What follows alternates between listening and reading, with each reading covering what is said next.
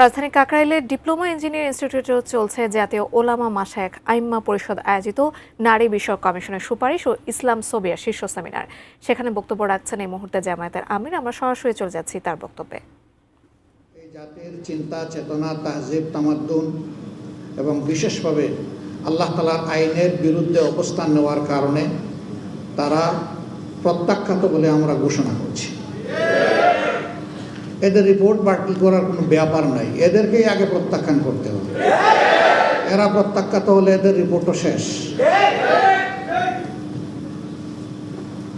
২ নম্বর, আমাদেরকে একটু ভাবতে হবে আমাদেরকে কোন দিকে নিয়ে যাওয়ার জন্য জোর করে চেষ্টা করা হচ্ছে। আমাদের শিশুকালে আমরা দেখেছি আমাদের শিক্ষাদান শুরু হতো মক্তবের পাঠ দিয়ে।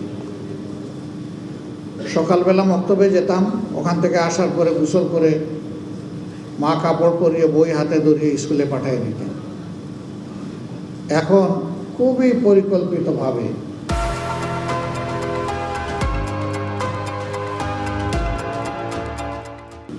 সবাই মক্তবের এই ধারাকে শেষ করে দেওয়া হয়েছে। বাচ্চা ঘুমাচ্ছে, তাকে কাঁধে ফেলে মা স্কুলের দিকে রওনা করেছেন, ওই মক্তবে যাওয়ার ওই সময় এটাই কেড়ে নেওয়া হয়েছে। ইকরা বিস্মি রাব্বিকাল্লাযী খালাক দিয়ে যে শিক্ষা মুসলমানের বাচ্চা শুরু হওয়ার কথা, সেটা অন্য কিছু দিয়ে স্কুলে গিয়ে শুরু হচ্ছে। এই জায়গাটা শেষ করে দেওয়া হয়েছে। সেই প্রজন্মেরই কিছু লোক হয়তো আজকে তারা গোটা নারী সমাজের প্রতিনিধিত্বের কথা বলে সমাজকে বিভ্রান্ত করছেন। তারা কারা? কোরআনের সংস্কারের দাবি নিয়ে আমাদের সামনে এসেছেন। আমাদের কোনো অধিকার আছে তাদেরকে এই অধিকার দেওয়ার?